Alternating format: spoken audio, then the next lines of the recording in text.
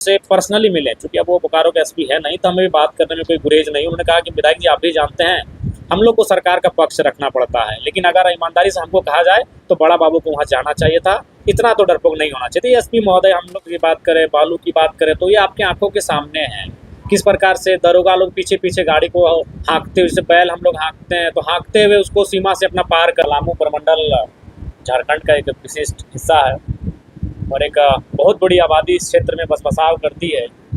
उस हिसाब से पलामू प्रमंडल के दृष्टिकोण से अगर देखा जाए, क्योंकि हम भी पलामू जब आए तो गया और औरंगाबाद होते हुए आए, तो इस हिसाब से पलामू को विशेष सुविधा मिलनी चाहिए। और झारखंड सरकार ने जो बातें कही थी, जब हमारी सरकार बनेगी, माननीय मुख्यमंत्री हेमंत सोरेन ने अपने श्रीमुख से कहा था कि पलामू को उपराजधानी बनाएंगे, तो मुझे भी पलामू आकर लगता है, पलामू हम 2 बार आए और दोनों बार आने के बाद जो यहाँ के लोगों का रांची आना जाना जो आवागमन की सुविधा है, तो सबसे पहले पलामू को उपराजधानी के रूप में तब्दील किया जाए। ये हमारी पुरजोर कोशिश रहेगी सदन में से बात को उठाने की।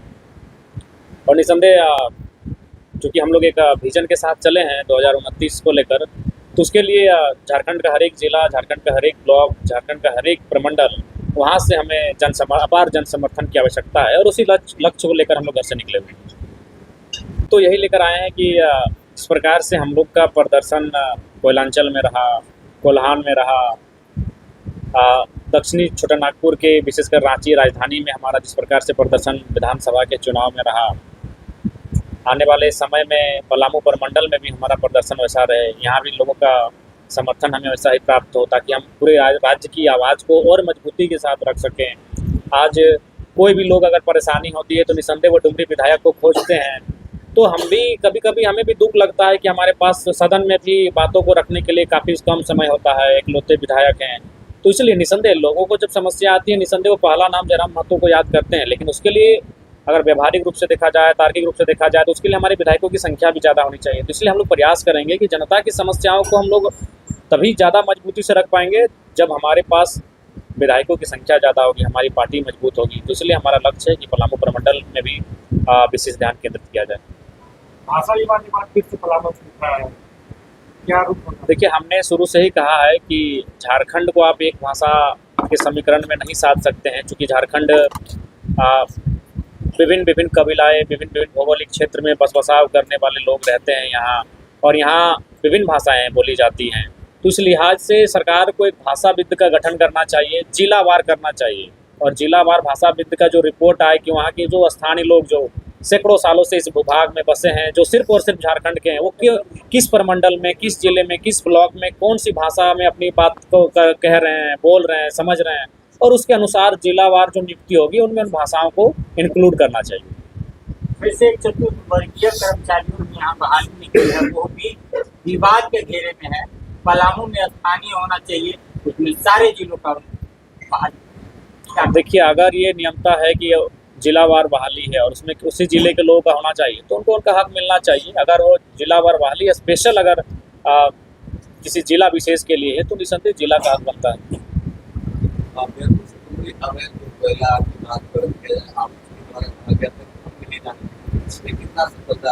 देखिए, सफलता मिली, लेकिन आप भी जानते हैं कि सफलता आपको पूर्ण तभी मिलेगी जब सरकार का भी आपका समर्थन रहेगा। अभी अगर आप किसी भी अगर कोयला के क्षेत्र की बात करें, बालू की बात करें, तो ये आपकी आंखों के सामने है किस प्रकार से दरोगा लोग पीछे पीछे गाड़ी को हाँकते हुए, जैसे बैल हम लोग हाँकते हैं तो हाँकते हुए उसको सीमा से अपना पार करते हैं। ये आपसे छुपा नहीं मीडिया बंधुओं, आपने भी बोकारो की घटना को बाकायदा मीडिया के माध्यम से देखा कि किस प्रकार से जो अवैध बालू जो संचालन कर रहे थे, वे लोग बड़ा बाबू पे चढ़ के बात कर रहे थे। बोलिए कि आपको हम देते हैं कि नहीं देते हैं। तो जब तक सरकार इन चीज़ों को गंभीरतापूर्वक नहीं लेगी, एक विधायक होने के नाते हम प्रयास कर सकते हैं, उस पर हम अवरोध भी उत्पन्न करते हैं, लेकिन पूर्ण रूपेण सफल तभी मिलेगी जब सरकार इसको गंभीरतापूर्वक लेगी। सरकार नीति को लेकर जो युवाओं की नीति है, कोरोना बोल जाए और भी बात सारी बहालियां लेट हो रही है, इस पर क्या? देखिए, इसमें क्या है कि झारखंड सरकार कहीं ना कहीं विफल रही है। मैया सम्मान योजना के अलावा जितनी भी योजनाएं या फिर जितने भी वादे झारखंड सरकार ने किया था दूसरी बार सरकार आने से पूर्व, कहीं ना कहीं उनमें विफलता दिख रही है। चाहे वह वैकेंसियों की बात हो, उनकी नियमित कैलेंडर जारी करने की बात हो, या फिर जो लोग दोषी या कदाचार करते हुए पाए जाएंगे उन पर दोष सिद्धि के बाद उन पर कानूनी कार्रवाई की बात हो, उन पर कहीं ना कहीं वो फेलियर हो रहे हैं। हर एक एग्ज़ाम को लिखने के बाद रिज़ल्ट के लिए, तो कभी रिज़ल्ट में गड़बड़ी के लिए छात्रों को आंदोलन करना पड़ रहा है। उन्हें यहाँ तक भूख हड़ताल, आंदोलन, अनशन का सहारा लेना पड़ रहा है। कभी कभी वो भीड़ आक्रामक हो जाती है, हिंसक हो जाती है। तो ये विषय तमाम बहालियों में देखने को मिल रही है। इसलिए सरकार को संवेदना दिखानी चाहिए, तत्परता दिखानी चाहिए और विशेष जब भी परीक्षा हो उस पर विशेष नज़र रखनी चाहिए, ताकि वो परीक्षा कदाचार ना के नाते उनको ऐसा लगता है तो उन्होंने अपने प्रयास किया है। बाकी उसमें हमारा कोई दिलचस्पी नहीं है सुरक्षा को लेकर। और जहाँ तक सवाल है उस दिन की बात, तो अभी बोकारो के जो एसपी थे उन्होंने जो मीडिया में बयान भी दिया था कि सुरक्षा के कारणों से, लेकिन जब हम उनसे पर्सनली मिले, चूँकि अब वो बोकारो के एसपी है नहीं, तो हमें भी बात करने में कोई गुरेज नहीं। उन्होंने कहा कि विधायक जी आप भी जानते हैं हम लोग को सरकार का पक्ष रखना पड़ता है, लेकिन अगर ईमानदारी से हमको कहा जाए तो बड़ा बाबू को वहाँ जाना चाहिए था, इतना तो डरपोक नहीं होना चाहिए। एसपी महोदय हम लोग, चूँकि वो भी हमारी उम्र के हैं, हमसे 2 साल सीनियर है, 2 साल पहले वो मैट्रिक लिख के आए हैं। चूँकि अब उनका तबादला वहाँ से हो चुका है, इसीलिए बात हम ये मीडिया में कह रहे हैं। उन्होंने स्पष्ट कहा कि देखिए मीडिया में जो बातें कहते हैं विधायक जी उसको दिल पे मत लीजिएगा, क्योंकि हम लोग की भी बाध्यता होती है। लेकिन अगर मेरे भी बात को मैं अगर आपकी जगह होता तो शायद बड़ा बाबू को वहाँ आना चाहिए। तो ये एसपी महोदय ने खुद कहा। हालांकि उन्होंने मीडिया में कुछ और कहा, लेकिन अब वो चूँकि बोकारो के एसपी रहे नहीं, तो इसलिए बात हम भी मीडिया में शेयर कर रहे हैं। अच्छा जयराम जी, लगातार जब जनता दरबार आप लगाते हैं कहीं ना कहीं इस पलामू प्रमंडल के लोग भी जो है आपकी समस्या लेकर वहाँ पहुँचते हैं। तो आज पलामू प्रमंडल के दौरा में क्या लगता है कि वैसे कुछ समस्या आप नहीं, बहुत सारी समस्याएं आ चुकी है जी। सुबह से ही लोग अपने आवेदन को दिए हैं, अपनी समस्याओं को दिए हैं, उनको हम लोगों ने अपने फाइल में रख लिया है।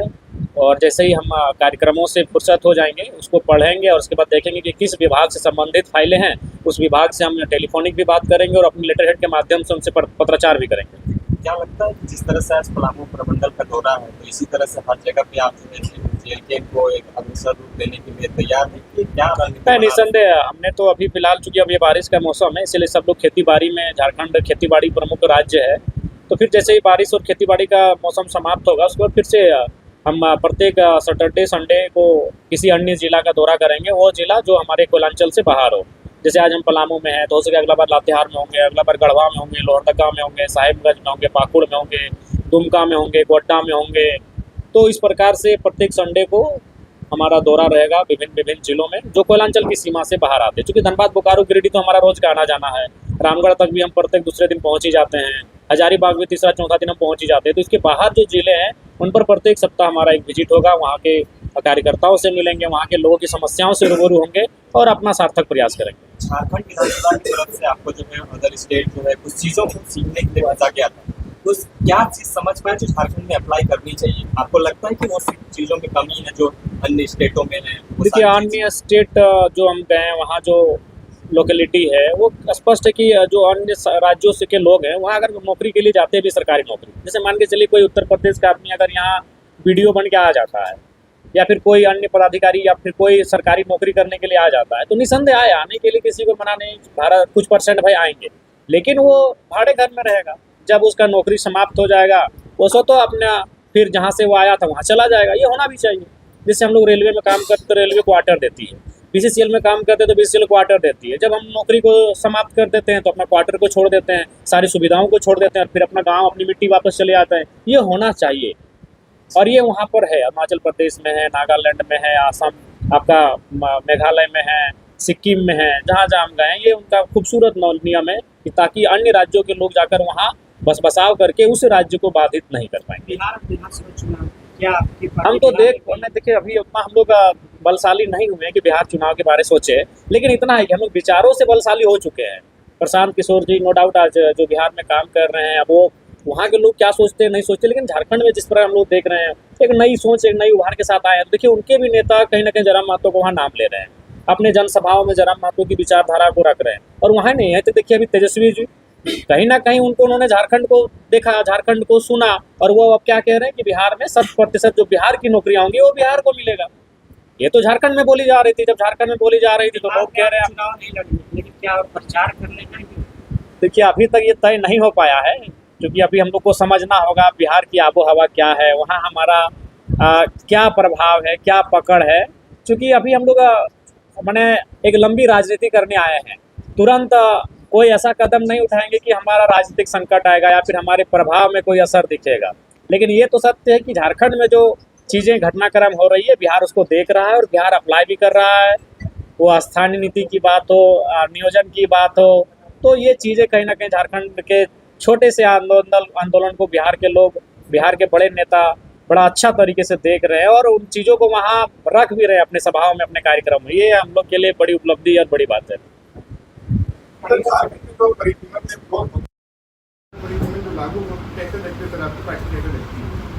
देखिए, परिसीमन तो हमें लगता है कि झारखंड में होना चाहिए, क्योंकि बहुत बड़ी आबादी झारखंड की हो चुकी है। जैसे अभी अगर मान के चले तो बोकारो में वोटर 6 लाख है, धनबाद भी विधानसभा हमको लगता है 5.5 लाख के आसपास वोटर है। ठीक उसी प्रकार पांडु और हजारीबाग में भी 4.5 लाख 5 लाख के आसपास वोटर है, तो भी 5 करोड़ उसको मिलेगा। तो इसलिए जब परिसीमन हो तो इन सब चीज़ों का ख्याल रखना चाहिए, एक समानता होनी चाहिए वोटर्स का प्रत्येक विधानसभा में। तो हमें लगता है कि परिसीमन समय के अनुसार परिसीमन इस राज्य की मांग है और वो होना चाहिए।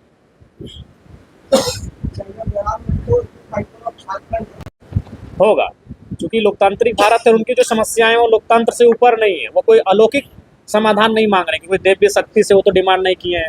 वो ऊपर में बैठे किसी ईश्वर, अल्लाह, खुदा, पीर पैगंबर, कोई जीसस से तो डिमांड नहीं किए हैं, कोई भगवान से तो डिमांड नहीं किए। वो लोकतंत्र के मूल्यों के अनुसार ही डिमांड किए हैं। तो लोकतांत्रिक मूल्यों के अनुसार उनके डिमांड का हल है, बशर्ते जिन लोगों से वो डिमांड कर रहे हैं उनकी मानसिकता क्या है, उनका सोच क्या है, उनका विजन क्या है। अगर उनका विजन, उनकी सोच अगर सकारात्मक है तो निसंदेह झारखंड के युवाओं के जो डिमांड्स है वो फुलफिल होने के लायक है।